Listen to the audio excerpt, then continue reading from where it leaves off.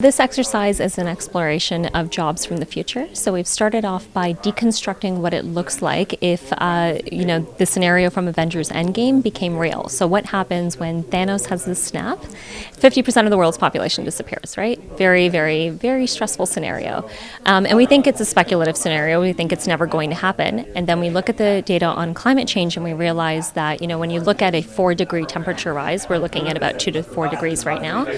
At 4 degrees, the carrying capacity of the planet could potentially go down to less than 1 billion. So what happens to the other 8 billion people?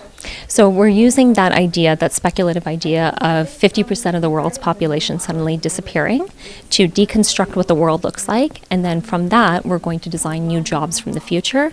And we're doing that because we want to challenge ourselves to think outside of the scenarios we're used to and extrapolations from the present. So kind of stepping outside of the box a bit. The challenge in this sort of forum is to push yourselves outside of your comfort zone and your, general assumptions and biases that you have about what the future of work might look like and what jobs of the future might be. So when we think about the future of work, we always think about it in the context of AI and automation. We don't think about it as much in the context of climate change, even though issues like climate migration, erratic weather will also affect the future of work. And so by thinking about it in a context that's more speculative, we can go outside the usual norms that we think about and force ourselves to think about issues that are not so typical within the context that we're usually discussing it. Futures literacy is being able to communicate with people about complex issues in a language that they understand. And so if we help people speak the language of futures, but also speak it in a way that, means something valuable to them, that translates well for them, then hopefully we can do a better job of designing the future together.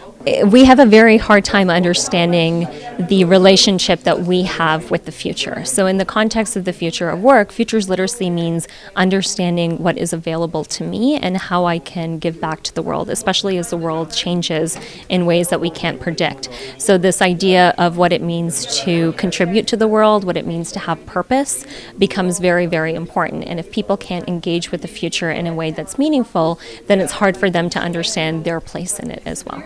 My particular approach to spreading futures literacy in the world has to do with how we communicate to people and how we engage them. So if it means speaking a new language that falls somewhere in between our language of foresight and the language that society generally tends to speak, it's finding ways that those languages translate between each other. So one of the things that we do here is, because we're using a speculative scenario that everyone is kind of familiar with, this idea of Avengers Endgame, that's a very popular movie, how can we use that sort of scenario that so many people are familiar with and bring that into foresight, but also add an element of foresight and futures literacy back into that as well.